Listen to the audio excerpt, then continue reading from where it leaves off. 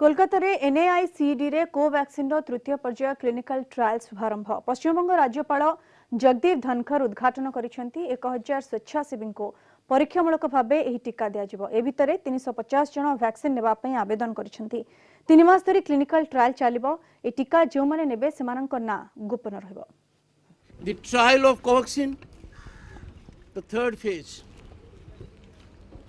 I am sure in its performance it will rate high among the 24,000.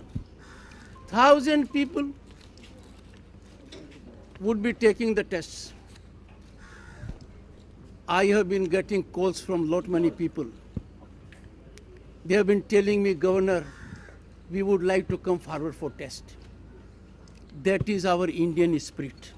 এই ভ্যাকসিনটা আজকে তার থার্ড ফেজ ভ্যাকসিন ট্রায়ালের থার্ড ফেজ লঞ্চ হলো নাইসেডে।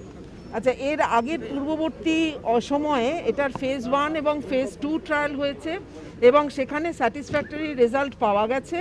ফেজ 1 অ্যান্ড ফেজ 2 অনেক কম সংখ্যক পপুলেশনের মধ্যে হয়েছে, 1000 জনের মধ্যে হয়েছে, তাদের স্যাটিসফ্যাক্টরি রেজাল্ট পাওয়া গেছে এবং তারপরে তারা ঠিক করেছে যে ফেজ 3 ট্রায়াল করবে।